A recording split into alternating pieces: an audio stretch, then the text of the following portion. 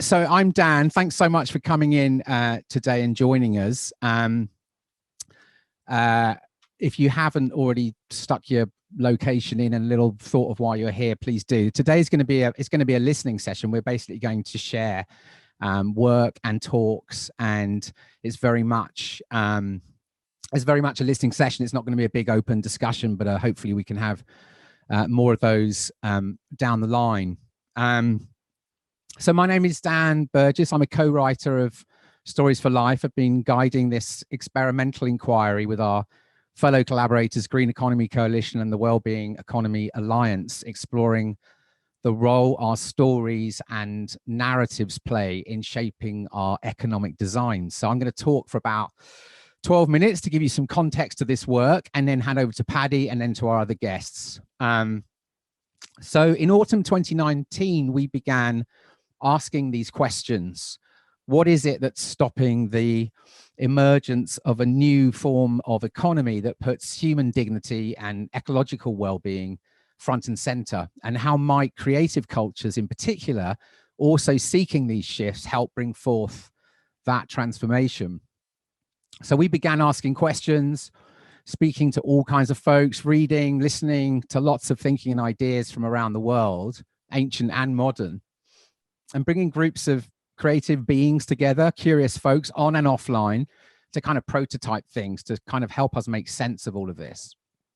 And then COVID-19 hit us all, and we spent months hunkering down, trying to figure out what we'd learned and how it might be useful. And at the same time, witnessing how the pandemic was kind of showing really clearly how broken this current economic design is, how unfit for purpose it is, as it revealed not only a sort of total lack of resilience in that it can only function when it's running in like fifth gear, sort of extracting, processing, and consuming vast amounts of materials and energy, running on nature, to be frank, but also how it's powered by millions of people's time and energy, many of whom are working in awful conditions with little to no meaningful support, and how vulnerable most people are. This modern economy exploits the natural world and the most marginalized to the point of collapse. And then George Floyd was murdered, and many more of us, I guess, started to understand for the first time that these economic systems are also built on terrible social and racial injustices and oppression that have been going on for hundreds of years. But in our dominant cultural stories and narratives have somehow missed that or hidden them almost. So in many ways, COVID accelerated this work by about a decade in 18 months, as it lifted the lid on this system that so many of us hadn't really seen before. So our world is experiencing multiple crises, and they are all interlinked. And we believe the economic design is the root cause. So we kind of weaved our learnings together with the work of many, many incredible thinkers and creators, and you'll find all of them within the Stories for Life offering as it is right now, which is online. It's 8 chapters. And we see this work really as an offering for these times. For folks who are working with stories in our cultures, which is really all of us, and it invites those, I guess, who are feeling the call to step into service right now, to play with it. And so Stories for Life doesn't prescribe a single story or a narrative. It's not like a silver bullet or a one-size-fits-all top-down sort of eco solution from a bunch of white guys. We know that is not going to work anymore, and it never did work for most people and most life on this earth. We definitely believe that the future economies must be co-created. They must be diverse, abundant with different ideas, that the monoculture of Western capitalism is no longer fit for purpose. We need to accelerate decentralized ways of organizing and designing these human systems to honor place-based knowledge and communities and diverse indigenous cultures, economies that can span and weave both ancient and modern wisdom, technologies, designs, and different ways of being and knowing the world. And this is already starting to happen. So everything already exists. The solutions, policies, practices, tools, ways of organizing, designing and building resilience and bringing life back are all there. They're sort of tried and tested. But Stories for Life does propose and invite a collective approach. You see, we've learned that the cultural narratives and the stories that weave those narratives are the things that shape and inform the design of human systems, like economies, industries, and politics. That's the way it works. And you'll hear much more about that from other speakers today. So we're asking what might happen if our collective creativity and imaginations focused intentionally on evolving two specific, deeply ingrained stories that inform our current economic design. And there are two stories which weave the narrative of separation and are now driving both the destruction of the natural world and the vast inequalities that most of humanity is experiencing. People, by the way, who also never benefited from the current economic system and are experiencing the worst impacts of climate and ecological breakdown today. These story evolutions we're going to hear much more from today, from Paddy and our other guest speakers, but let's just name them now. The first story is how we view our relationship with nature, which currently says we are separate from nature. Nature's kind of over there. It's the environment. It looks quite pretty, but it's there. It's a slave to human progress. We use it to progress humanity. And if you think about that story, for example, just today, let us notice today is World Ocean Day. So right now, wherever you are, every single one of us on this Zoom is breathing oxygen in every second breath that's been generated in the ocean. We're all in intimate relationship with the ocean every second. And yet we are destroying the ability of the ocean to function in this way, to gift us life through our extractive, destructive, exploitative relationships, fueled by stories of the ocean as a vast, distant economic resource. And that continues to sustain this ongoing destruction. The second story evolution is how we measure success, which is currently really measured by productivity and accumulation. That's the main metric. That's how we judge our economic success, our business success, and really our individual success in our modern cultures. Both those stories are intimately linked because as we continue to measure our success by productivity and material accumulation, we continue to destroy the very natural ecosystems that support all life, us included.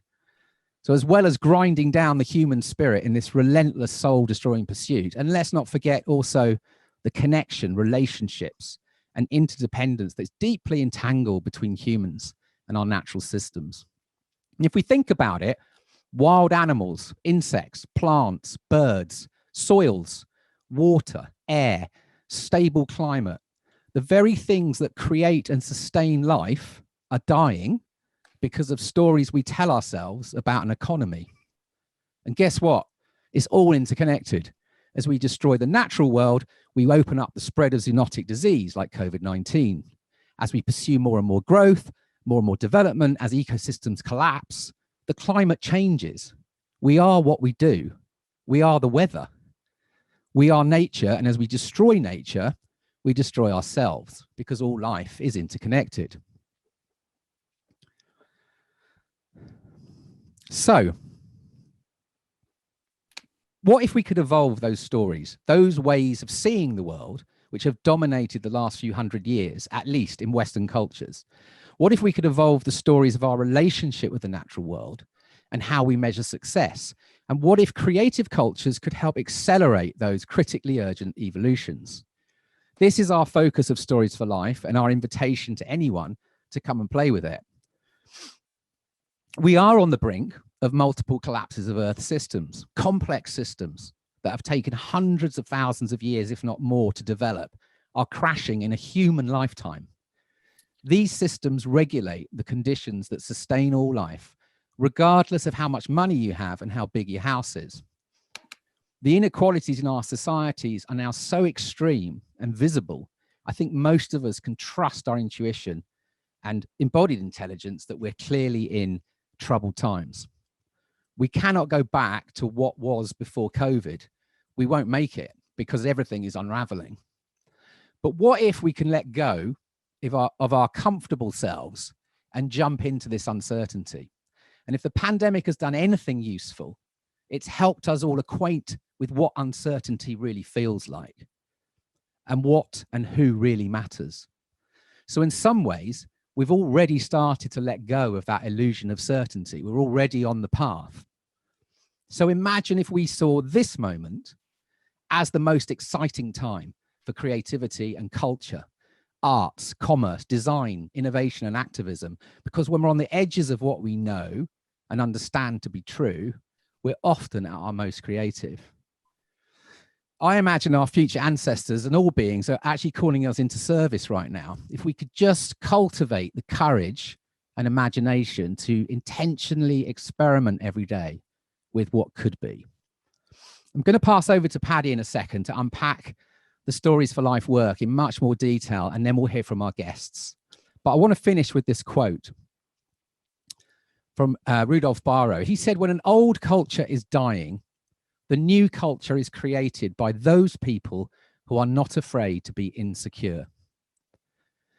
Now, I don't know about you, but I feel anxiety and insecurity most days. But when I look at what the science is screaming at us to do, when I trust my intuition that tells me that many people know in their hearts that these systems are no longer fit for purpose, when I look around at the incredible possibilities that are being worked on by people all over the world, when you see how quickly nature can respond when it's given space, and when I look at the young and see both their rage and bewilderment at the folks in charge and their incredible desire and abilities to reimagine a world so more beautiful and that works for all life, when I imagine what could be, I'm okay with the insecurity. So thank you for coming. We're going to hear a lot today, and looking forward to bringing our speakers on. But I want to start with Paddy Loughman, who's been my co-traveler and writer on Stories for Life. Paddy is an independent strategy consultant and speaker. He's focused on tackling the climate and ecological emergency with a particular interest in the role of business and culture, which can play in transforming our prospects. He specializes in brand communications and narrative change. He's worked with a range of groups, including the UNFCCC Climate Champions, and he also lectures on brand and storytelling, advises various climate action activism efforts, and once upon a time, he trained as an actor. He's also an absolutely brilliant human. So I'm going to hand over to Paddy now. Well, thank you, Dan, for that very kind and generous introduction. And thank you to everyone for being here. It's a real honor to be with you all. So I'm going to talk briefly through what we see emerging here and the vital role that we as storytellers, artists, creators, marketers, business people, and just plain old citizens can play in designing an economy in service to life. I'll go into a bit of detail about how these crises that we face are symptoms caused by our economy, a deadly economy that's maintained by an outdated narrative woven by harmful horror stories, but that it's just a design so it can be redesigned, upgraded by helping a new narrative to replace the old, woven by healthy love stories, a narrative that is already emerging. And if we drop two particular horror stories and carry two love stories instead, we can all help with this emergence so that together we can redesign our economy as an economy in service to life and escape these converging crises. As Dan said, the economy is the root cause. I'm not an economist. I used to think economics was boring, all about numbers, not really for me, which is kind of part of the problem here. Most of us don't really know what the economy is or what it's for.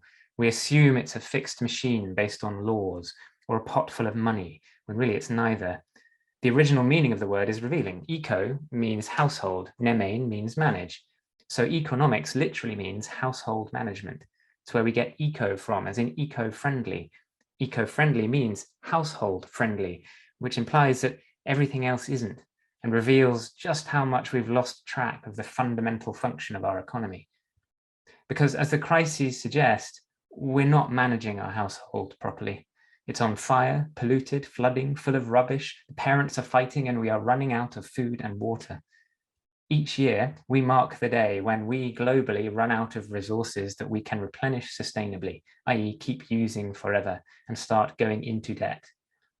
I'm sure you've heard of it. It's called Earth Overshoot Day. This year, that date will be July 29th. Imagine if your household runs out of water midsummer. Imagine if July 29th will be the last time you can charge your phone before January, the last time you can eat or feed your family until the new year. That is effectively what will happen. One way of thinking about the economy is as a vehicle that takes us where we want to go. Presumably, we want that vehicle to take us somewhere nice. Well, currently it's driving us off a cliff. We need 1.5 Earths to keep living like we are today. 5 if we all want to live like Americans. But obviously there's only one Earth. Mars is a wasteland, and getting to the nearest habitable planet would take 6,300 years. As they say, there is no planet B. As economist Kate Raworth puts it, humanity's 21st century challenge is to meet the needs of all within the means of the planet. Currently, our economic design is not doing that. Incentivized to relentlessly accumulate stuff, convincing ourselves it will make us happy or higher status, we are extracting and using more resources than we can replenish, and doing so in a way that only really benefits a tiny fraction of life. This is a terminal condition. If you eat more cookies than you put back, the jar will empty. We are stealing food from our children and all future life, literally taking candy from babies. Why is this happening? Well, in a large part because of the stories we tell ourselves every day. We have been living according to a powerful belief that is sat at the heart of our economics, that we are separate from nature and each other, that nature is external to our economy, collateral damage, rather than the foundational source of all value. So we let our economy pollute, erode the soils, acidify the waters, cut down trees, raise the temperatures, and exterminate wildlife, meaning that 8 million people die every year from pollution alone, double all COVID deaths every single year. And our biodiversity is collapsing. The biodiversity, the wildlife that provides us with stability, our life support system, the life we need to live. This separation belief also encourages us to see ourselves as competitive individuals, separate from each other, battling it out in a zero-sum world against all other life. So we separate other people from their land, their cultures, their families, and the very qualities that have been crucial for our evolution, kindness, compassion, cooperation, empathy, diversity, creativity, care, are seen as soft, weak inhibitors to success. For so many of us, this feels wrong, but we feel powerless to stop it. We keep destroying nature, life, including our own, thinking there is no alternative, thinking that our economics is based on fixed laws like physics, when it isn't. It's just a design, something a few men came up with based on what they thought mattered at the time. The beauty of designs is that they can be redesigned, upgraded, and new economic designs are already out there waiting to be picked up, like the donut that Carlota will talk about later. Designs for an economy in service to life, rather than an economy that destroys life, including our own. We need to see and choose these designs, but we're not seeing them at the moment, or at least not enough of us are. As Annette Schenker-Osorio puts it, I'll see it when I believe it. If we keep believing the old nonsense that maintains this deadly economic design, we will never see the new designs, which is why we need new stories now. Stories aren't frivolous entertainment. They are the coding that shapes what we believe, that shapes what we choose, who we are, the way we think, feel, and act every day. Stories of all kinds in all forms, from our myths, legends, parables, and fairy tales to our textbooks, blockbusters, taglines, and headlines. Stories shape our understanding of the world and the way we act in it, and therefore the world itself. And we're saying both story and narrative in here. In this work, they aren't interchangeable. We follow the advice of many others to see them as crucially different things. A story is a unit of narrative, like a cent to a dollar, or a tile to a mosaic, or a thread to a tapestry. Together, several stories weave a broader narrative that forms the fabric of our reality, the reality about which new stories are then told, and so the cycle spins. As our friend and guest Ellie Saltmarsh puts it, narratives are the soil from which everything grows. So we need to be working at that level to effect change. We need to intervene at the level of stories and evolve them to stop weaving the narrative that encourages us to believe that we are separate from nature and each other. this narrative of separation, which is maintaining this economy that destroys life. The narrative of separation has deep roots in Western civilization, woven by the stories we've been telling ourselves for hundreds of years, from Judeo-Christian stories through to early science and our culture today. But it's a narrative that simply holds no basis in reality, a fact that has been made clear today by the latest science, from quantum physics and systems biology through to neuroscience and sociology, all of which are revealing that what we have been dismissing as woo-woo, hippie, or backward understanding is in fact scientific fact, that we are deeply interconnected, entangled, that we don't exist, we coexist in a complex web of life. But our culture hasn't caught up to this science yet. This moment right now is a bit like the Copernican revolution. This was when Copernicus suggested that the sun was at the center of the solar system, not the Earth. Not a new idea at the time, in fact, an ancient one that had been dismissed. But his book was banned, and his follower Galileo, who later proved he was right, was arrested. It took 100 years for their ideas to be accepted by the wider culture.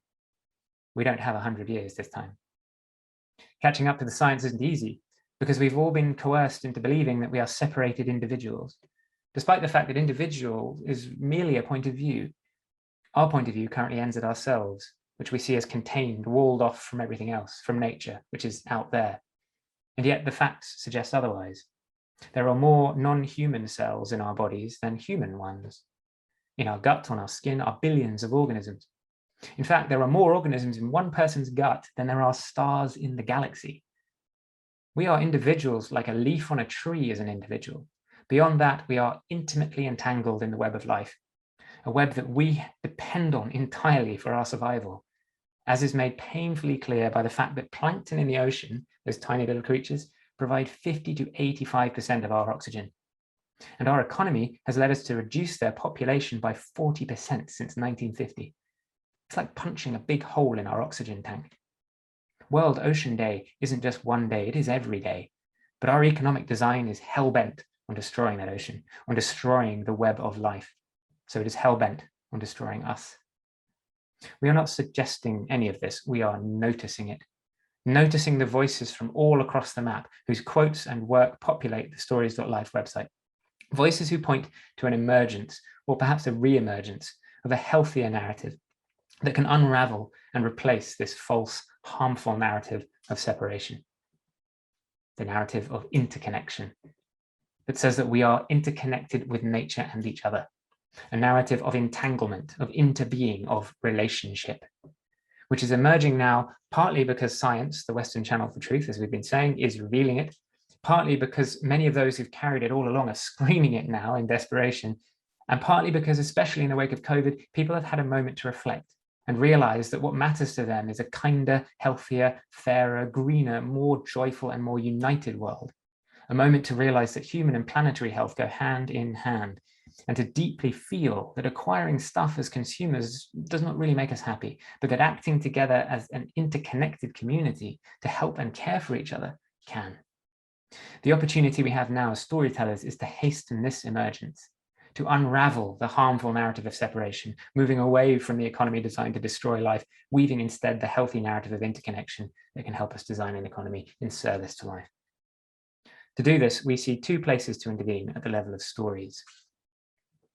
First, spot and drop what we call the horror stories that maintain the narrative of separation. And second, at the same time, spot, create, and carry the love stories that can weave the narrative of interconnection. A two-loop process of hospicing the old and nourishing the new. As Dan mentioned, in this work, we've focused on two horror story to love story evolutions to do with how we relate to nature and how we measure success. Two creative challenges that we hope can inspire all of our work. The first harmful horror story is the story that nature is our slave. Once declared literally by Francis Bacon, the godfather of the scientific method, we probably wouldn't say this exactly like this today, but the story's lasting power is revealed in our treatment of the natural world. Only 4% of animals are now wild. We have enslaved the rest to do our bidding, trapped, often suffering in cages as our food machines. The pandemic, which we are still struggling with, reveals the danger of this. COVID-19 is likely the result of habitats being destroyed and animals being kept together in tightly packed cages, because we view them as commodities, failing to recognize that they are in fact our community. If we keep nature locked down, we spawn viruses that mean we get locked down as well. Lock nature down, we lock ourselves down. Damage nature, and we damage ourselves. Because we are nature. We are part of it, not apart from it. Nature is you, me, your friends, your loved ones, their loved ones. Nature is our family. This is the true story, the accurate story, and this is the healthy love story that we all need to tell. But our stories today are so often about an excess of nature, or dangerous nature, threatening nature, nature that we need to capture, conquer, control, destroy, defeat. So it doesn't really hit us that we have destroyed 60% of animal populations since ABBA first sang Money, Money, Money. Defeating nature is literally self-defeating. Nature is our family, not our slave, our community, not our commodities, our relatives, not our resources. If we don't love nature, we can't love ourselves. If we don't protect it, we can't protect ourselves. Destroy nature, and we destroy ourselves. The second harmful horror story, which goes hand in hand with the first, is the story that productivity alone leads to success. So productivity matters above all else. This story means we prioritize GDP, gross domestic product, an appealing metric because it's so simple, one big number to rule them all, but it's deadly because it is too simple. The person who came up with it warned that it should never be used to measure the success of a nation, let alone a whole planet, because its simplicity means that it is indiscriminate. It does not account for the true cost of our activity, the impact we have on our household. It does not punish bad behavior, behavior that destroys our ability to live. In fact, it often rewards it. Creating pollution using fossil fuels counts twice towards GDP, first by polluting and then by cleaning it up afterwards. The damage to nature and our health in the process simply doesn't matter. We do not pay that cost. A murder adds $1 million to GDP. Guns, bombs, addictive drugs, they all add to GDP. This design literally values death more than life. Trees, which play such a vital role in maintaining the web of life, are worth more dead than alive, according to GDP. This is not true growth, not true profit, because it ignores the true costs. It is insane, and the leading Nobel Prize-winning economists like Banerjee and Duflo know it. GDP is supposed to be a measure of well-being, but given our household is on fire, flooding, polluted, full of rubbish, and running out of food and water, we seem to have lost sight of that. The original meaning of wealth, wele, is well-being. So if well-being is supposed to be the priority, why don't we actually make it the priority? How about we tell a healthy love story that well-being is success and orient ourselves around that? This isn't about getting rid of productivity altogether, but making sure that we're focused on what matters, that we're focused on the health of our family in the smallest and broadest sense, that we prioritize ongoing, thriving, flourishing life, the life we need to live. For both these story evolutions, we've suggested a few examples of stories already out there in the world, a process that we hope you'll continue with us. There is so much to create, but also already so much to share. We've also suggested a range of principles and related stories, principles like long time instead of short term, inspired by what Ella will talk about shortly, belonging instead of isolation, and stories like nature is a gift instead of nature is our property, and enough is enough instead of push it to the max. All of which are intended to be creative jump-offs, along with our imagination section on the site, which archives some of the brilliant work and thinking that we've learned from and continue to learn from as we do our work. We hope that you'll find your own way to spot and drop the harmful horror stories, and spot, create, and carry the healthy love stories in everything you do, in how you live, what you express, what you put into the world. As Dan said, Stories for Life is ultimately an invitation to notice what the many brilliant voices from across the map have noticed, to continue the process we've begun here of dropping the horror and carrying the love, to ask questions like, how can our work encourage us to love and care for nature as our family? And how can our work help us recognize the wealth in well-being? An invitation to begin evolving the stories we tell every day. Because as we've discussed here and in more detail on the site, the economy is the root cause of our crises. It is stupid, disconnected from our science, wisdom, and common sense.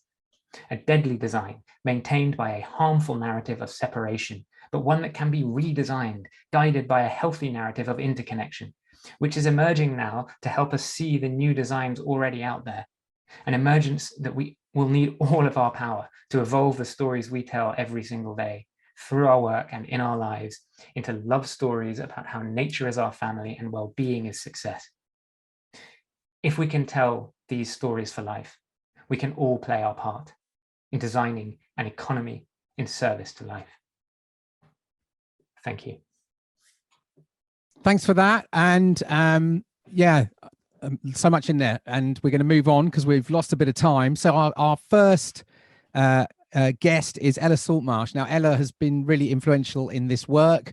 You'll find her work sort of weaved in some of these particular chapters. Ella's a co-founder of the Longtime Project. Her work sits at the intersection of culture, narrative, and systems change. She's founded organizations and initiatives like the Reset Narratives Community, the Comms Lab, the Point People, It's Our Time, and She Votes.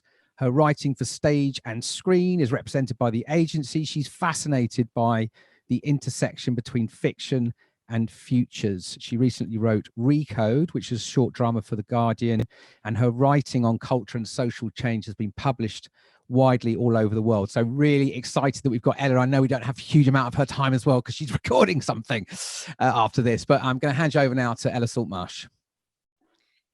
Great. Thank you so much, Dan and Paddy, for the invite and for this work. So you've asked me to talk both about systems and storytelling and about some of the work that we are doing to cultivate new stories at scale. So I am going to dive into this work about story and time. So my background is this weird mix of climate and systems change nerd and writer of drama for stage and screen. And over the last 5 years, I've been bringing these fields together to really look at the role of culture and narrative in shifting systems. And when I started this, it was a pretty lonely field. And I've got to say, like, people like Dan and Paddy have been growing this work. And there is so much happening now in this space. Now, when I started doing this, I found that story was dismissed most of the time, that it was seen as something fluffy, something flaky. I remember a big systems change conference I was speaking at overseas, and I was on this all-female panel about the role of story. And we were followed by an all-male panel called The Hardware of Systems Change. And I was like, wait, but if they're talking about the hardware of systems change, we're talking about the operating system. Like, the work of narrative sits below everything.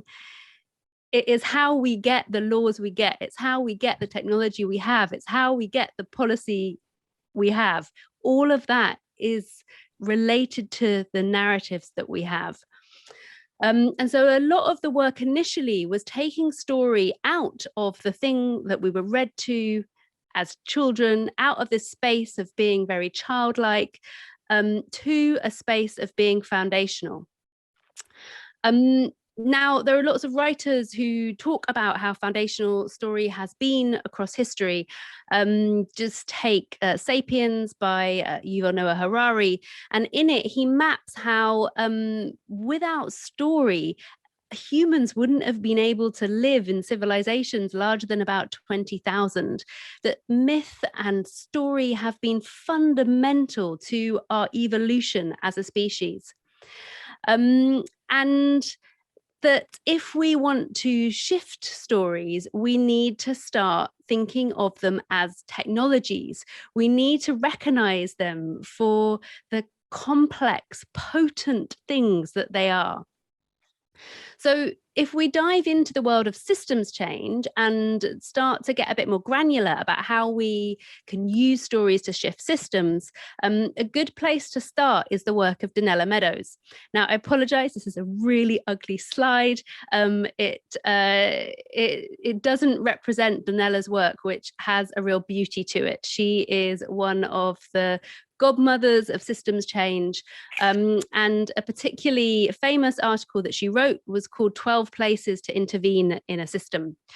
And the key thing to note about this very ugly diagram is that these 12 leverage points can be divided into 3 areas. They can be divided into things, relationships, and purpose. So if you want to change a system, you can change the things in a system. So that might be about buying organic food, wearing sustainable cotton. You can change the things in the system. If you want to have more influence in that system, you can start to change the relationships in the system. So that might be changing the relationships between the potato farmer and the supermarket, between the shopper and the grower. Starting to change things at the relational level can have a more profound shift in the system. But if you really want to change a system, then you want to be intervening at the level of purpose. You want to be changing what the goal of a system is. You want to be asking questions like, what should the goal of a company be if it isn't maximizing stakeholder profits? You want to be asking these fundamental questions about the goals of a system. And the way that you do that is through narrative, because the goals and the purpose of a system will be embedded in narrative. Capitalism, the narrative of capitalism seeps through our lives in an infinite number of ways. So if we want to be shifting systems, we need to be working at this level of narrative. My final ugly diagram is one that just alludes to something that Paddy talked about, which is this relationship between story, narrative, worldview, and values. And the reason I'm sharing this is because work on story doesn't have to be about story. It can be about values, because the values we hold will determine the kind of stories that we have. And to make that more tangible, I'm going to talk briefly about a project that we're doing, which aims to cultivate a specific set of values at scale that we hope will foster stories that enable us to have a future on this planet. So this project starts with this person, meet my nephew Finley. He is now 8 and obsessed by Minecraft, but in this picture he is 2 and obsessed by doors. Pretty much any kind of door, bedroom doors, bathroom doors, boiler doors, front doors. And one day I was looking after him and I was reading an article about climate change, and he was idly playing with a cupboard door. A big cupboard door. And I just got to a bit in the article that was talking about the terrifying prognoses for the end of this century. And I heard a noise. I looked up, my little nephew was using his tiny heft to pull this massive wardrobe on top of him. I threw my article down, I jumped up, I pushed the cupboard up, I grabbed my nephew, he started screaming at the injustice of being taken away from the best game ever. And to his utter bemusement, I started to cry too.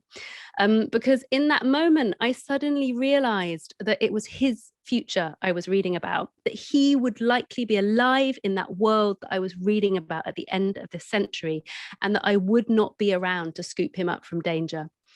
And that moment was transformative for me. Like, I'd already been working on climate for a decade, but something changed inside me. And I began to wonder about this question. What changes when we understand ourselves to be ancestors? Because that's what happened for me in that moment. I started asking this question to more people. And then I teamed up with a friend of mine, Beatrice Pembroke, and we decided to ask this question a bit more intentionally. We set up something called the Longtime Project, which sounded very grand. At the time, we were literally playing around this question of what changes when we understand ourselves to be ancestors. We gathered people around that question. So our approach was, how do we grow community around a question rather than how do we impose our answer? And really, what we were curious about was, like, is there anything sticky here? Can we, if we change the way people feel about the long-term future, can we change the way they act in the present to protect it? We gave people different routes to access the future. I'm not going to go into these now because there isn't time, but essentially, just as Dan and Paddy are doing in Stories for Life, highlighting particular narratives, we were highlighting different entry points into getting more long-term. We realized that the work that we were doing was about how do we get people to create an emotional connection to the world beyond our lifetimes. So really what we're talking about is care for the future. And as we started to swim in this space of long-termism, we began to realize who we were and who we weren't. So there were already a lot of people out there thinking about the long term, but planning and forecasting for it.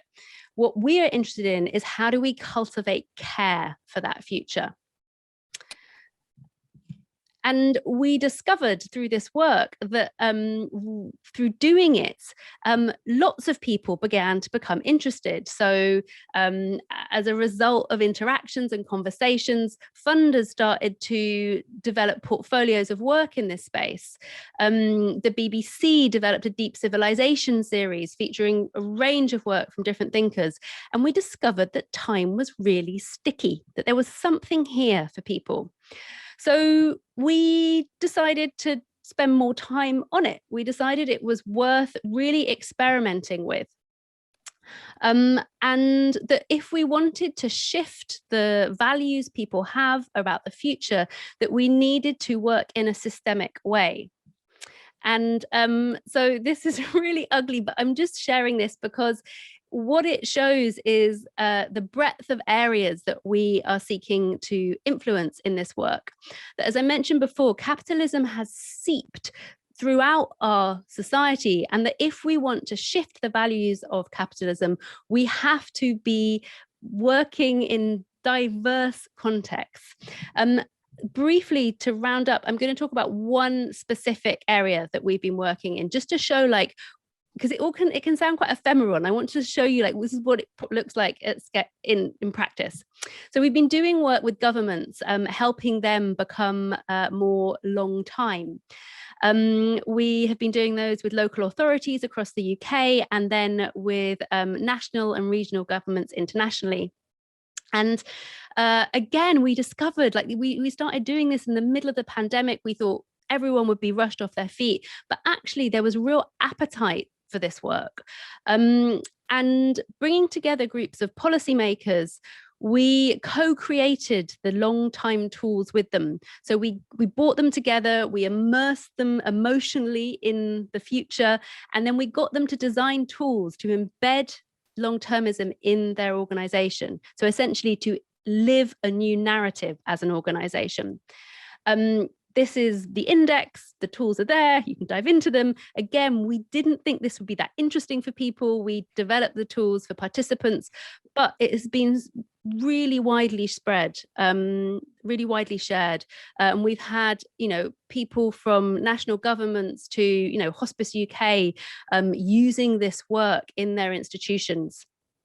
So this work raises a few key points that really relates to the Stories for Life project.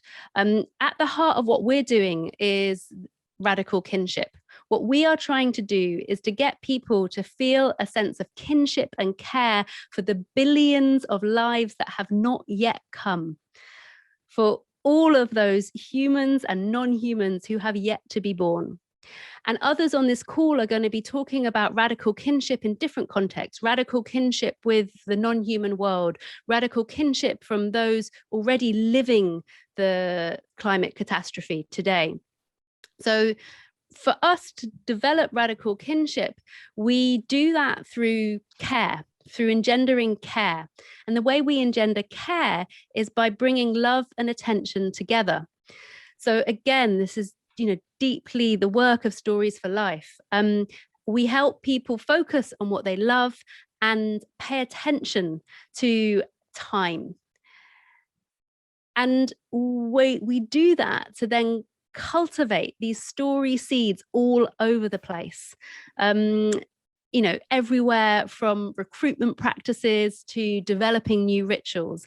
And I really encourage everyone doing the work of story on this call to be as maverick as you can with the places that you cultivate story seeds.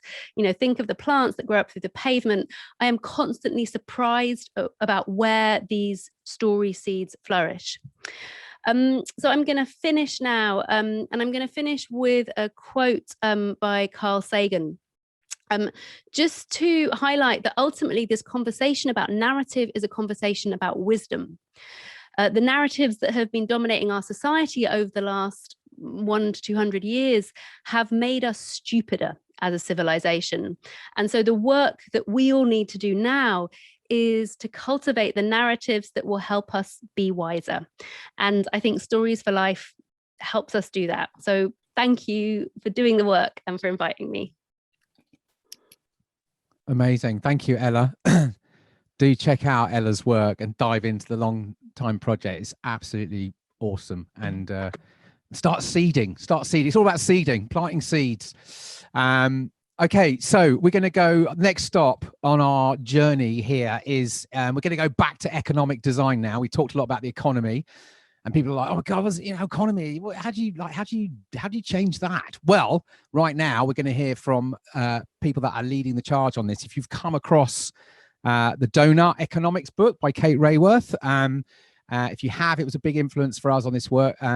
We're now going to hear from Carlota Sanz, who is co-founder of the Donut Economics Action Lab and the strategic lead, working in partnership with Kate Raworth. So Carlota's work focuses on enabling the concepts within the Donut Economics story to be turned into transformative practice. This is about people creating new economies while ensuring that they spread wide and with integrity. So Carlota spent about a decade working in the financial sectors in the UK and Spain, and she studied economic transformation at Schumacher College in Devon, which is always a place of good emerging things. So I'm excited to introduce Carlota Sanz.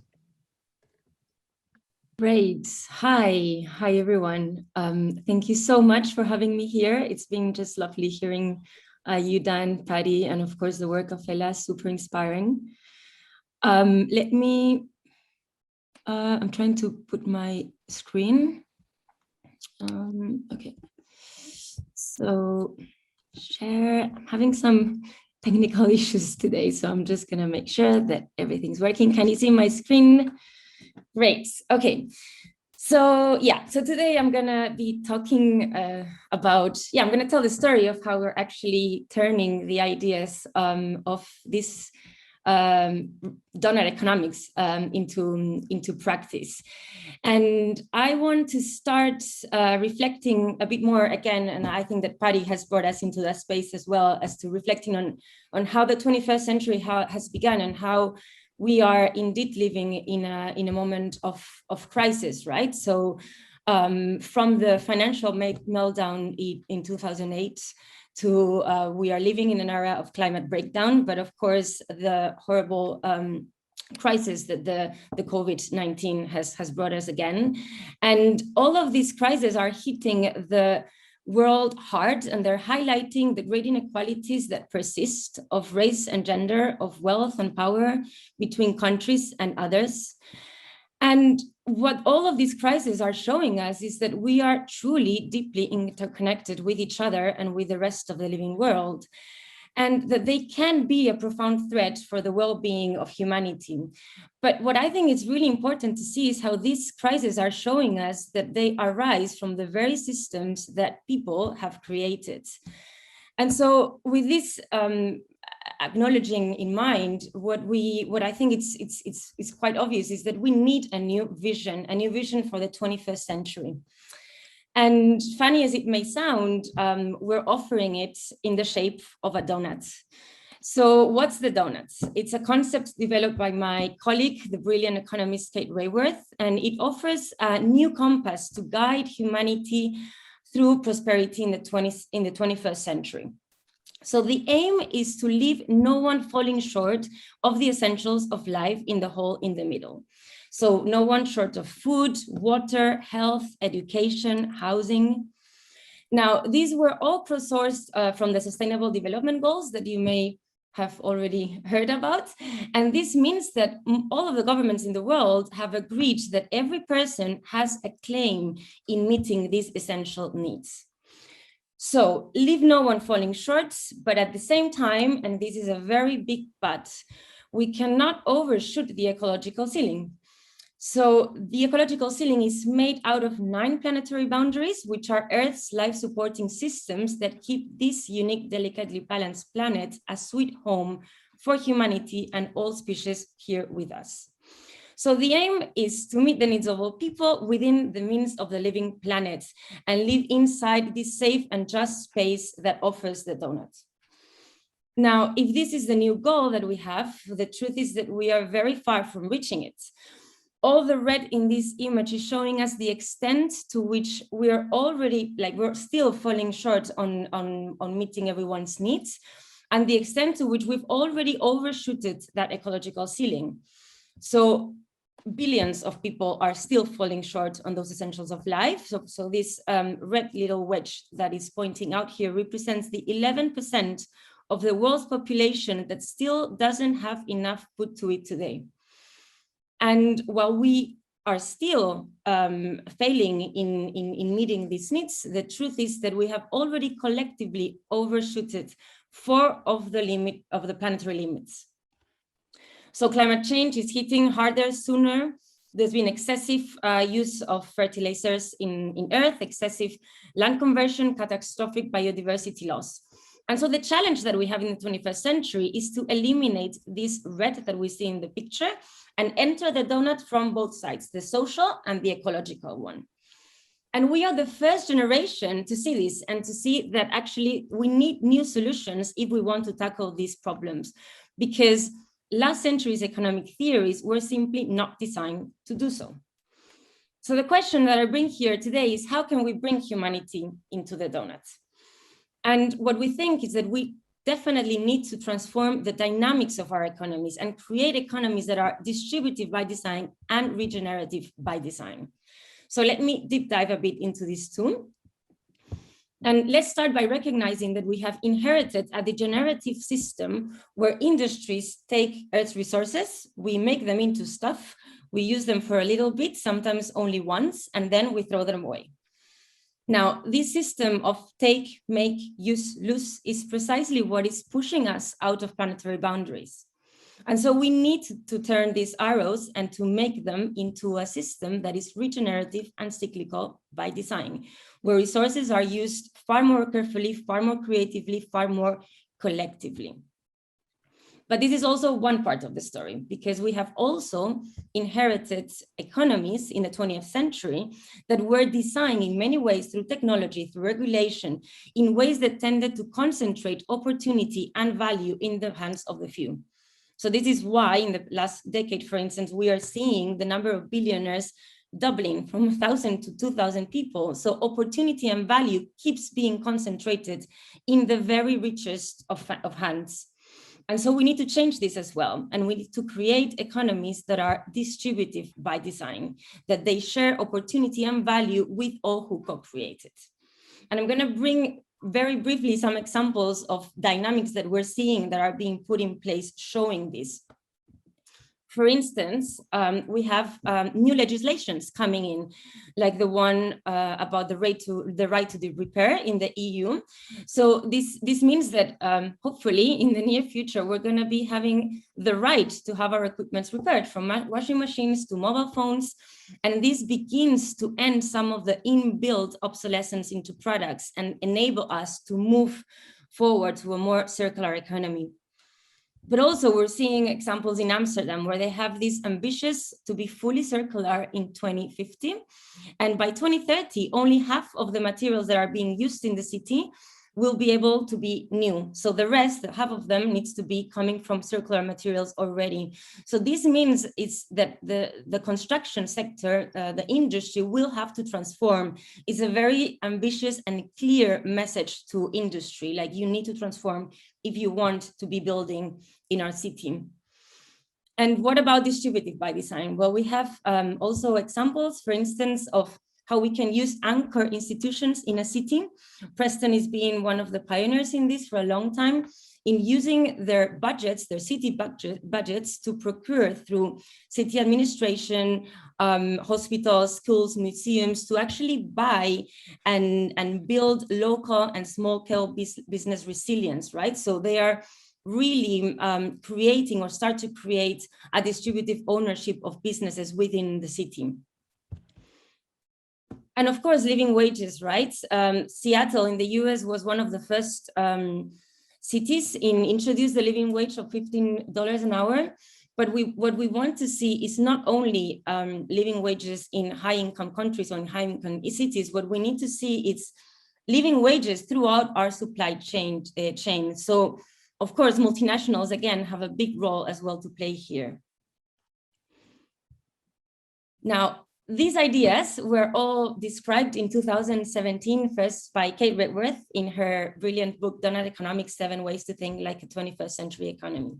And so here she described this idea and vision of the donuts and the economic mindsets and dynamics that are needed to take us there. Now, since the book was launched, what started to happen is that it had amazing traction and resonance internationally. And suddenly change makers all over the world started to pick the concepts of the book and put them into practice. And so it became really clear, especially when I met Kate, she was seeing so clear that these ideas wanted to jump off the page. And so we dreamed and we imagined, well, what would it take to take this idea really and put it into action, right? So inspired by this spontaneous uptake, we decided to co-found Donut Economics Action Lab to precisely work with this emergent community of practitioners. Now, our name is very intentional. We are focused on action, so on turning ideas into action, and on learning with and from others through experiments. What would it mean, or what would it take to actually co-create this new economy?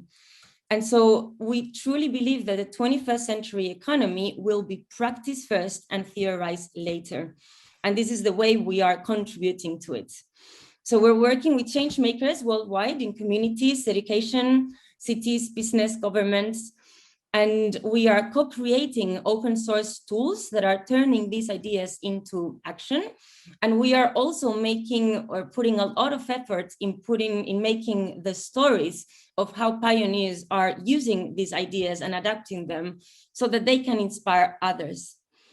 And so since then, what we've seen happening is, well, we created a framework to downscale the donuts for cities, for places. And Amsterdam was the very first city in April in 2020, last year, in the middle of the pandemic, to embrace publicly these ideas, this framework, and to use it as their core framework to transform the city. And while the city leaders were actually embracing publicly the model, what happened also is that an amazing network of residents in the city created also the Amsterdam Donut Coalition to run at the same time their own grassroots programs, initiatives, and chart a new path for collective action. So what we did was also to publish the methodology we used, which explained how Amsterdam, in this case, had started doing it, to allow other places to take it and run with it.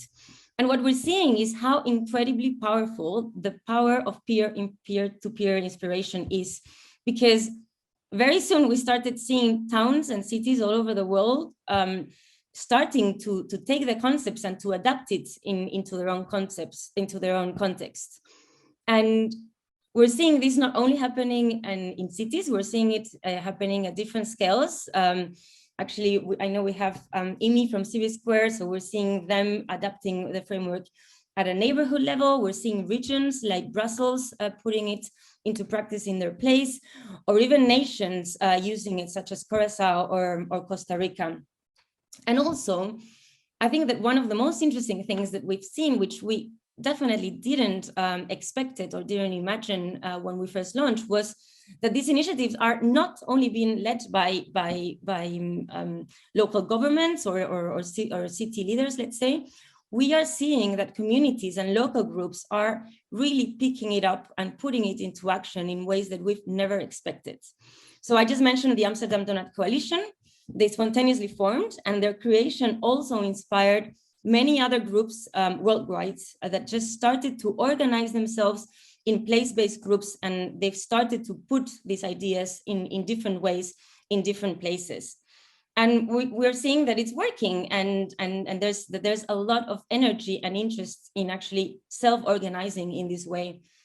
And this is what we're seeing. We are delighted to see how groups are bringing to life so many adaptations of the donuts. We're thrilled to read the stories that they're sharing with us on how they're putting it into action in their places, from a Maori reinterpretation of the donuts to how it's been used in Costa Rica as part of their regeneration journey of the country. So if this story is of interest to you, I also warmly invite you to visit us, to visit Donut Economics Action Lab. We really believe that spreading the ideas in this way, from change makers to change makers, is the most effective way that we found so far to bring about this new paradigm, this new economic paradigm that we want to see in the next decades. So thank you very much for listening, and I look forward also to listen the rest of the stories. Thank you, Dan. Thank you, everyone. Thanks so much, Carlota. Amazing donuts. It's actually made me want to eat a donut, and I'm quite hungry. But it's so cool to see what's going on the ground, and the fact that, you know, it is people doing this, designing this with this kind of real local flavors. So it's yeah, amazing to see. Okay, next up on our stop. So I guess one of the things over the last year, indeed, at least for some of us, I guess we've been hearing this intersectionality of the crises that we're experiencing, and I think for many of us, we're learning our way into that. Like, what does that mean? What's actually going on here? How do all these things that are in relationship, all these crises and issues? So I guess one of the things with Stories for Life, we're exploring how do we speak from a much more informed place? How do we work from a place, particularly in the global north and the sort of highly westernized societies? How do we actually really open up to what else is really going on? The stories that maybe we don't really understand, that represent a huge part of this planet. So we're really excited to have Kumi Naidoo with us to come and talk now. Now, if you don't know Kumi's work, if you've never seen him talk, you're in for a treat. But Kumi was International Executive Director of Greenpeace International from like 2009 to 2015. He was Secretary General of Amnesty International from 2018 to 2020. As of June 2020, he's Global Ambassador for Africans Rising for Justice, Peace and Dignity. He served as the Secretary General of Civicus, International Alliance for Citizen Participation, from 1998 to 2008. He's also served the Global Call to Action Against Poverty and the Global Call for Climate Action, which brings together environmental aid, religious and human rights groups, labor unions, scientists and others, and organized mass demonstrations around climate negotiations. So I think Kumi has this extraordinary uniqueness of how much he's seen and witnessed across our systems around the world, both from a sort of planetary destruction and the sort of oppression of people. And so we're so excited to have him here. And I'm going to hand you over now to Kumi Naidoo. Thank you, Dan. Dear friends and colleagues, today is a painful day for me and many of my close friends. I am reminded of 4 young activists from my home city, Durban, who were murdered for standing up to injustice. The names were June Rose Kotoza, Lindiwe Mtembu, Makosi Nuyoka, and Lenny Naidoo. Lenny was one of my closest friends and comrades. I received the news of their deaths as a 23-year-old student in exile. In my grief, I thought about the last conversation I had with Lenny just over a year earlier, where he'd asked me this philosophical question: what is the biggest contribution we can make to the cause of justice? I replied, well, that's easy, giving your life. And he said, you mean going and participating in a demonstration, getting shot and killed and becoming a martyr? I said, I guess so. Our people at that time were being killed almost on a daily basis in South Africa, with us spending many weekends attending funerals of people killed by the regime. However, Lenny said, that's the wrong answer. It's not about giving your life, but giving the rest of your life. Lenny was way ahead of his peers in his thinking and wisdom. We hugged, shed a few tears, and we fled the country in different directions. He was He was way ahead of time, and I jokingly say he was probably one of fewer than 5,000 voluntary vegetarians in Africa at that time. Don't hold me accountable for that number though. He was one of the few people who understood the nexus between environmental and racial justice and understood the power of intersectionality better than most of us did. This distinction he was making between giving your life and giving the rest of your life was simply saying that the struggle for justice is not a sprint, but a marathon. And the biggest sacrifice anyone can make is to be true to those values until those injustices have been overcome. Today is the 33rd anniversary of my comrade's murder by the apartheid regime, and I'm pleased to spend it in remembrance with people who are seeking to imagine a different future based on a true sense of global justice. One of the most important legs of the marathon that humanity has run throughout history has been to determine the social contract that exists between the people that have power to lead and those that are led. For the past 6 months, I've been working with the Green Economy Coalition, building an initiative to push for a new, just social contract. Some people say the social contract, which is essentially the terms of the relationship between our leaders and the people or governments and citizens, is broken. From the way it is sometimes spoken about, you'd think it's just been broken recently. In reality, the social contract has been broken for a very long time. It's always been broken for indigenous people, for women and young people, for people in the global south because of the economic dominance that still remains in the hands of the so-called developed countries or the global north, as for many others as well. Part of the reason environmental activism and climate activism specifically has not been effective enough is that for far too long, the environmental movement refused to fully embrace racial justice, gender justice, economic justice, and intersectionality in general.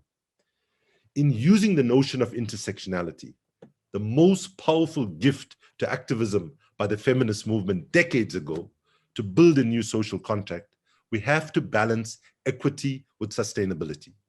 Because when folks in the North, in the so-called rich nations, talk about protecting polar bears and natural beauty and so on, it sadly sounds hollow to people who are living on the edge of survival.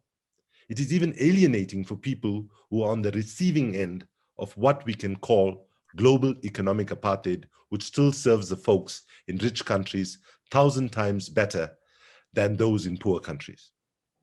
In 2013, I found myself aboard a small inflatable motoring through the Greenlandic Arctic Sea on my way to occupy an oil rig prospecting for oil. Wearing what could have been mistaken for a spacesuit, I looked around in the icy waters and felt very nervous. My Greenpeace colleagues in the boat, noticing my fear, tried to comfort me by saying that if I fell into the water, the suit would keep me alive for 2 hours. Without it, I'd be dead in a matter of minutes from hypothermia. I looked at the wild waves and thought it would probably take them about 2 hours to find me in those conditions. I remember thinking, if I die right here and now, carrying this banner that says, "Stop Arctic Destruction," most of my friends, comrades, and family in Africa wouldn't have an idea about what I was doing out there and what message I was carrying in this last action. In the days after my release, nursing a bad Arctic flu, I imagined my daughter saying a better slogan would have been, "Save Santa Claus now." She corrected me today to say that she did not say it, and I probably came up with it in the midst of my flu. Activism, especially that from the big logos, has for far too long alienated itself from ordinary people of the world, and ironically, the very people it is supposed to serve. One of the biggest issues with activism today is that we do not speak the same language as ordinary people anymore. We have forgotten how to communicate with people and have been too concerned with putting energy in the wrong places in our society. We have had our gaze wrong. We have been gazing too much to elites, governments, and corporations, and not sufficiently keeping that gaze on the most vulnerable. Activism must learn to humble itself, to listen and learn how people are understanding the world around them and how they are communicating their ideas. A profound wisdom that I would like to share comes from Martin Luther King. Dr. King, speaking in 1965, said, "Friends, as I come to the end of my speech, I want to note that in the field of modern child psychology, there's a very dominant term called maladjusted. Now, we all want to live a well-adjusted life and not suffer from schizophrenia or other mental illnesses. But my friends, I say to you, there are certain things in our world that are so unjust and immoral that good, decent people should refuse to be well adjusted to."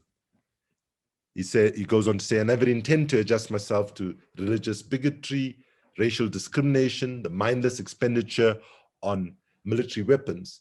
And on the economy," he said, "I never intend to adjust myself to economic conditions that will take necessities from the many to give luxuries to the few when millions of God's children are smothering in an airtight cage of poverty in an affluent society."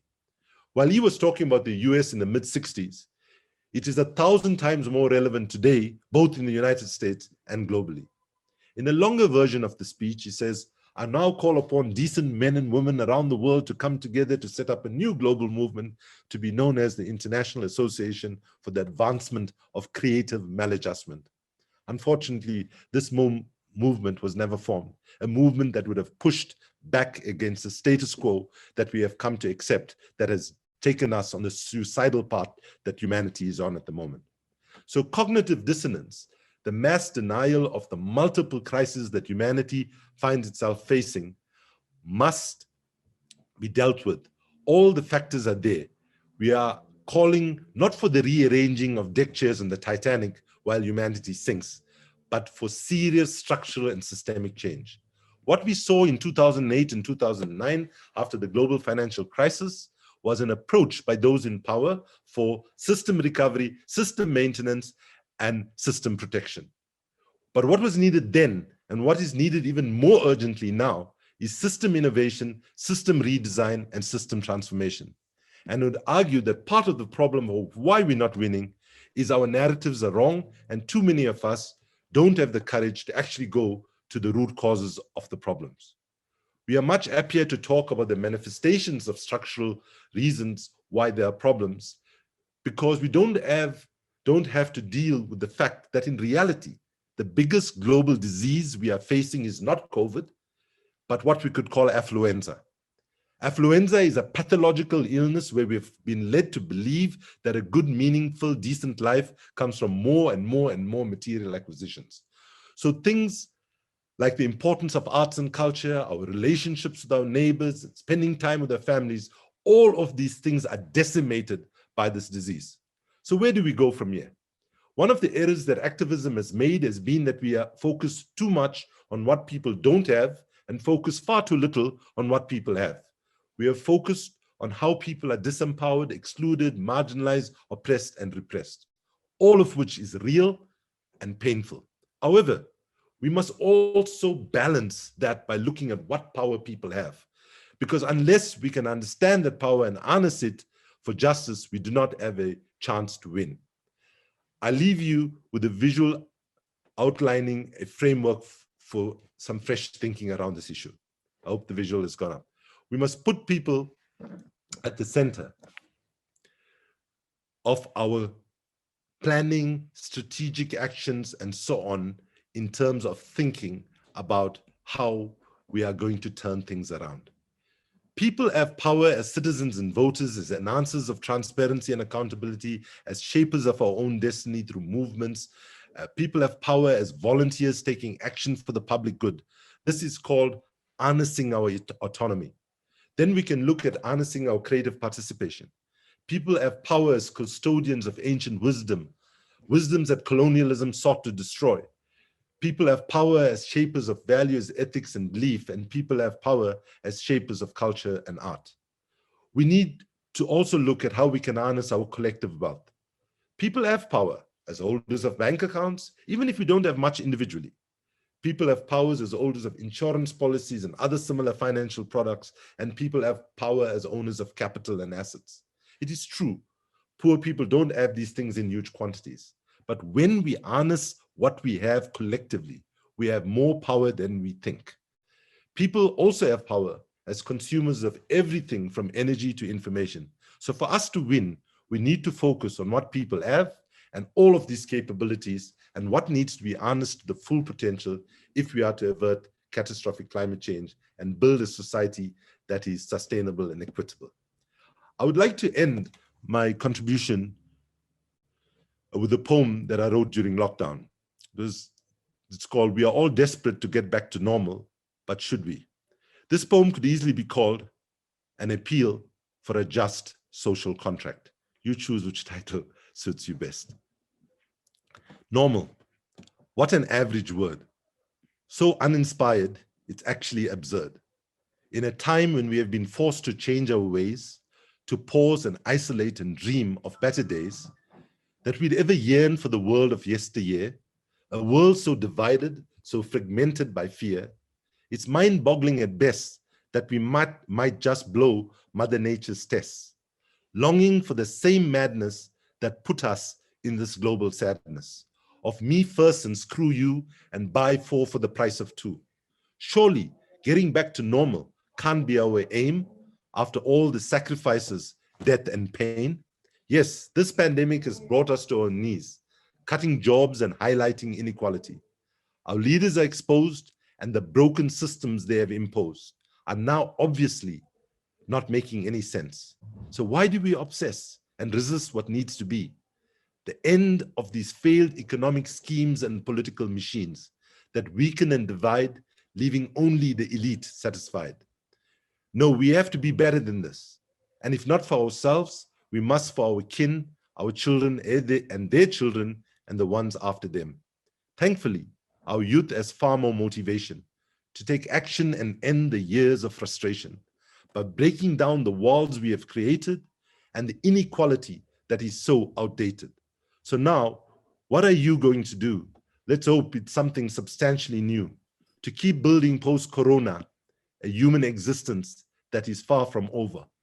Learning from our lessons, respecting all persons, especially our healthcare and essential workers who were invisible to many of us before this pandemic.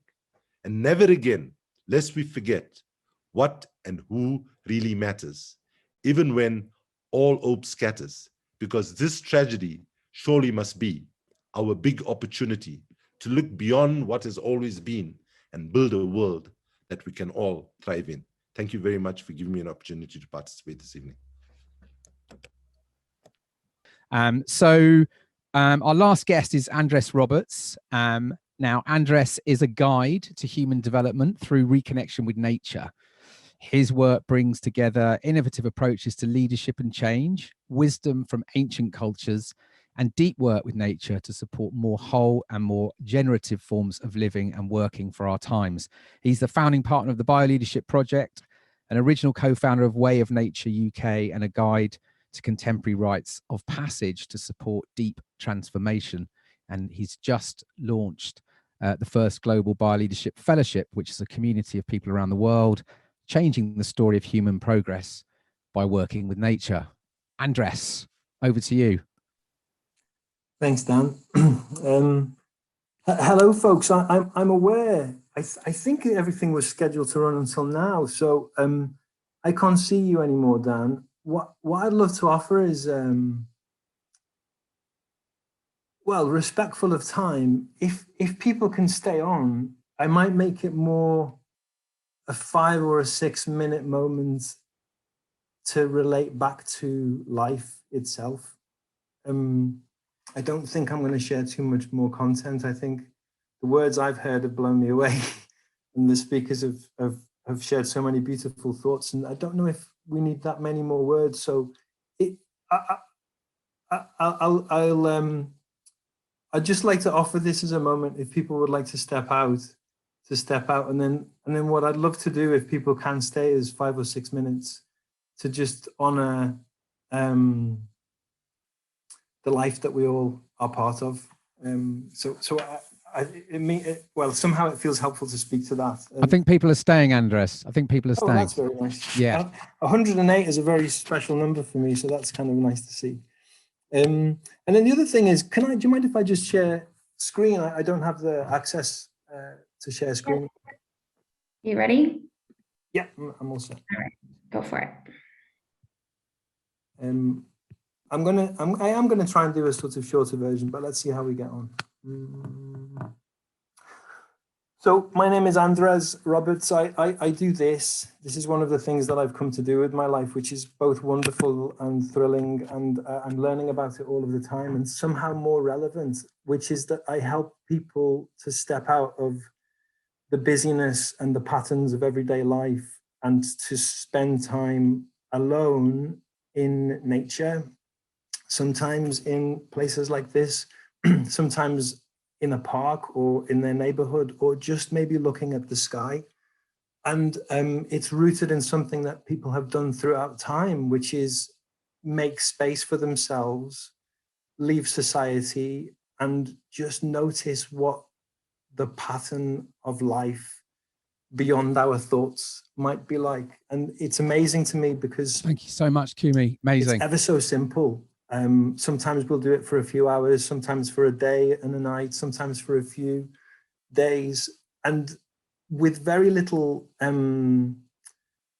addition to just being there, all of a sudden people start to recognize what's important in their lives. And they draw a sense of perspective about scale and how we're actually very small, but at the same time, part of something extraordinarily and miraculously majestic, which is life itself.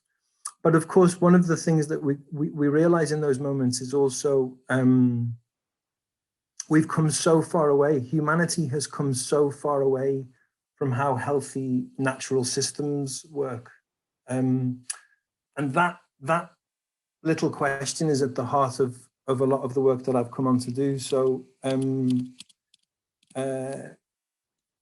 Yeah. I'm a bit worried about time, but let's see how we do it. So this question is at the heart of a lot of what I've come to work with, which of course relates, I think, pretty closely to some of the work that is happening here and the stories that we've heard. How do we change the story of human progress by working with nature? And it is just a story. We've come to live through a story that has become very destructive to our society, our planet, and perhaps it's polarizing people in strange ways. So what if we could rewrite the story of human progress by working with nature? I'll speak a little to a few patterns that I've come to recognize. I think these are familiar to the work that we're speaking about here. Can we move towards a better pattern? I've come to feel that we, in the modern world, think in straight lines, but nature doesn't work like that. Nature works in cycles and webs of connection. So there's something about shifting our mindset away from pyramids and hierarchies and linear flows and starting to reconnect with circularity and seasons and non-linear webs. I think that's a shift that I'm starting to see. Very briefly, humanity's guiding principle is not only growth, but what I would define as maximization, making it bigger, making it go faster, making it go more and more and more. And our measures of success are things like gross domestic product. But nature doesn't work like that. Nature works through a process called optimization, which is that, yes, things are incredibly competitive and fight for their own lives, but somehow, magically, they keep a healthy shape to the whole.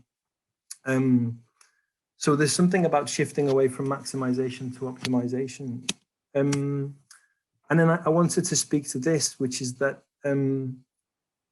if we look deeply, perhaps, and this is at the heart of the work that we're seeing with Stories for Life, perhaps we live life with a sense of separation. We see ourselves as separate to each other. We've seen ourselves as separate to nature. But in nature, the more you look, the more you realize everything is connected. Everything is constantly in a dynamic exchange with the other. And we only have to think about our bodies. The breath we take right now came from sea creatures and trees. The breath that we give back out to the earth goes back to trees. The food we eat is passed through our bodies. The water that we drink now was a cloud only yesterday. when we look closely, we come back to that sense that we are vessels that are connected and constantly flowing with everything else. And we've come so far away from living life as if we really believe that. So, yeah, all of this to speak to the fact that this idea that we've come away from a story that works with life feels very true to me. And then I wanted to share this. I jumbled my slides up because I thought I'd make them briefer. I've come to learn this. When we listen to nature in a particular way, and I'm trying not to sound esoteric here, it's a very simple truth when we just do it. When we take time to slow down and notice and observe the patterns of life, or to just be, a different kind of knowledge emerges. And I feel that if society had a different dashboard, or it's perhaps the dashboard that we're trying to create now, more than speed, more than progress, more than competition, we would have a different set of qualities that we would guide ourselves by. And those qualities might be things like resilience, or connection, or adaptability, or systemic awareness, or the capacity to see the whole, or love. And we can't learn those things by strategizing them and putting them into concepts and textbooks and trying to teach them in a traditional way. We learn those qualities by feeling them and living them. And it speaks to me to the fact that we have to let go of some of our thinking. We have to let go of feeling like we have answers, and perhaps still do that, but embrace a different quality of knowledge that comes from connecting with how life and nature's patterns flow. And yeah, so I wanted to share the thing I spoke to about before is, let's call this a technology, or a model, or a tool. It's really ancient. Many cultures have worked with this before. We know it as the seasons. It's been used throughout time, really, to consider what is the pattern of life. And we work with it a lot, both in nature quests, which I guide, but also in thinking about how do we reorganize human progress. And it speaks to this, that everything in life has a beginning that's like the sunrise or the east. Everything in life has a moment where it will expand and grow and feel abundant and full. Like if we're in the Northern Hemisphere, the sun in the sky in the south. But everything in life has decline and death, and a sense of autumn and sunset, which is marked by the West in this model. And everything in life has a north, that is stillness and emptiness and space, where nothing will happen, or so we think, but it's the space from which spring emerges again. It's the space from which we draw traditionally learning and knowledge, and perhaps a little bit of wisdom. And if nothing else, I think if we as a society came back to these principles and came back to honoring the things that are emerging, the things that are growing, but also rekindle our capacity to grow, to work with decline and change and transformation and death, letting go of the fact that things are in perpetual summer, we would see a big shift, I think, in how we might grow as a society. And the last thing I'll speak to with this is this. The more I've done this work, the more I feel like this is the thing that emerges when we connect more deeply, and it's a sense of belonging. What I mean by this is, if we could just tune in back to that fact that we've emerged from nature like everything else. We have evolved over millennia to sense, to perceive, to connect with nature, to taste food, to smell things, to feel the sun. The more we go into that, the more we feel like we belong. And when we belong, when we have that sense of belonging, then we need so little materially. We need so little that's about consuming or adding stuff that is ultimately perhaps not good for us or not good for the planet. So the Taoists, who I often refer to or look to in my own work, had a principle which said, we are born fundamentally perfect. We're born fundamentally perfect, and we've been given the gift of life. And if we could just cultivate that sense culturally, if we could draw out that sense that we belong, that we're good enough, that we're part of nature, and that we've been given this gift of life, then culturally, I think things would feel very different in the world. And I think this is the last thing I'll share. All of a sudden, saying all of these things feels like it's a really level human thing to say. It's no longer in the child position to say we're connected with nature. It's now a really necessary, valid, exciting form of development that more and more people are part of. So yeah, I just want to honor that standing in a circle like this, even virtually, feels like my little 2-year-old's just come in the room in a good moment. Standing in a circle like this, thinking, how do we do things differently with life, all of a sudden feels like the most exciting thing that we could do as humanity. And that shifting the story to connect with nature is perhaps the best story we could tell right now. And I'll stop there. Thank you so much, and thanks to the organizers for making this space. Thank you, Andres, for that perfect way to complete our trip.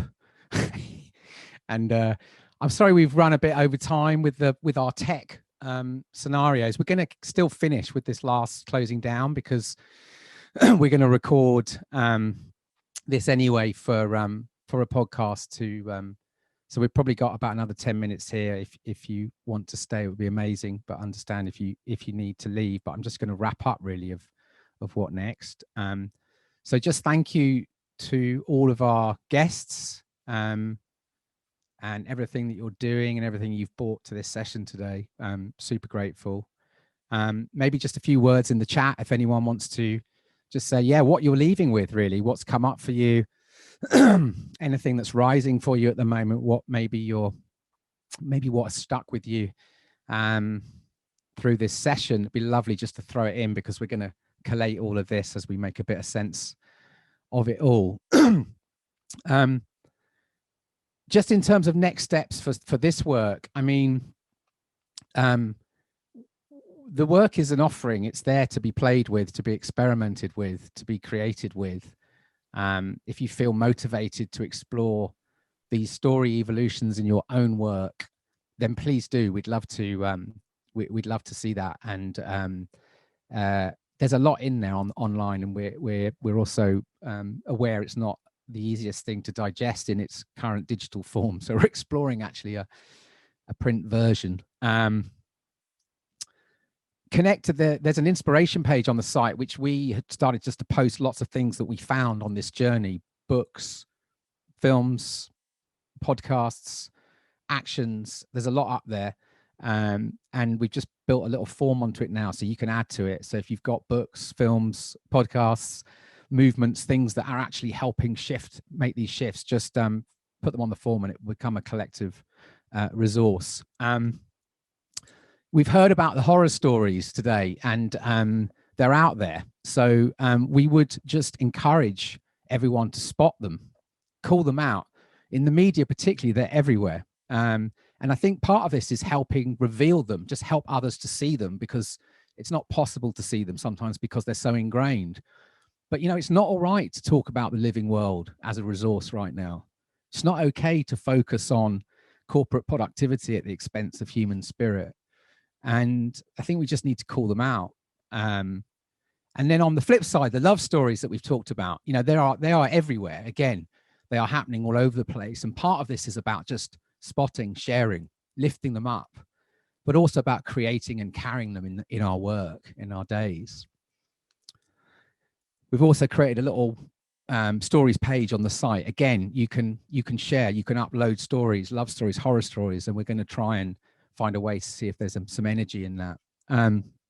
There is a sign up, a mail sign up we've just put on the site because we don't really know what's coming next, but we'd love to update people with what's happening. So just pop your mail in there if you'd like to stay in with this experiment, and reach out with anything that's coming up for you, ideas, collaborations. We're here. We have a couple of specifics that we're sort of as a crew focused on in the next few months.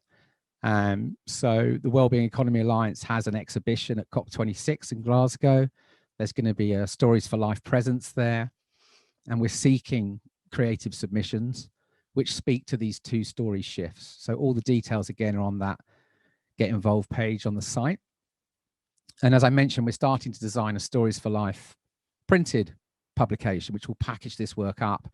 And we're looking for contributions, stories, essays, poems, photos, graphics, which speak again to these story evolutions, which will feature in it and help this work to travel further. Again, all the details are on the site. If you're a funder, come and talk to us about how we can build a bit of an engine room around this. If you're a media platform and you're interested in distributing these stories or creating, we're open. We'd love to hear from you. So on that, I'm going to offer up just a last thought, really. And I invite you, maybe if you wanted to close your eyes, maybe. It's a sort of a meditation. So Ella talked about the long time future. She talked about looking ahead. I'd like to invite you to look back. So if we stop and pause and try and imagine all the people before us on this earth for hundreds and thousands of years who worked towards a fairer world, a world that worked in harmony with nature, which put human dignity front and center so that systems worked for all humans and all life. All those activists, indigenous protectors, writers, designers, artists, thinkers, doers, dreamers, innovators, scientists, carers, teachers, all the incredible humans who dedicated their lives to creating a better future. And here we are in this moment on the shoulders of giants, and we can draw on all of that creativity and all of that insight, all the innovation and learnings, all the books, podcasts and films that we can just access today, just like that. Like, we know what is happening to our world right now, and we know what needs to be done. And now it's our time to step into service, to build on all these efforts that came before us. So if you can imagine a world where the health and well-being of all humans and all life around us was how we measured success, where we worked in collaboration with the natural world, where human economic systems are in harmony with natural ecosystems. And the thing is, what's different about now is the solutions are here. The tools are here. People are doing it. It's not like we're sitting around going, oh, but what else? How would we do things differently beyond this economy? It's all there. It just needs oxygen and airtime and imagination and courage to build bridges between different perspectives and different ideas, to embrace our diversity and differences, to work more from our hearts, to be okay with not knowing, and to help each other see and feel for ourselves that there are better ways of organizing ourselves on this earth for everyone. And to make these ideas spread widely in our cultures. Some have been doing it for thousands of years. Others have been working away for decades, combining ancient wisdom with modern technologies and creativity. Many are just starting. We need to realize and remind ourselves that we all have enormous power every day to make change, to create the world we want. It just depends on the stories we decide to live by. What if we really notice the words we used every day, the expressions we make in our work, the intentions we have when we create, what we seed out into the world, what we invite, suggest, and provoke and imagine? If we brought beauty, connection, care, and emotion into these times of crisis, responsibility, compassion, kindness, humility, and fun, to help us engage with the incredible capacity of the natural world to create belonging and the healing and regenerative potential in collective human solidarity and courageous action. People are waking up everywhere to the destructiveness of these current systems that we've all been a part of. Whatever you do, don't go back to sleep. In times of great crises, hearts open through grief and love, and hearts are opening right now everywhere. If we can imagine wave after wave of love stories about our relationship with the earth and with each other. And let's face it, if we're going to go down, let's at least go down trying to write a better story. Thank you so much for all of your time, and I hope we'll meet again very soon.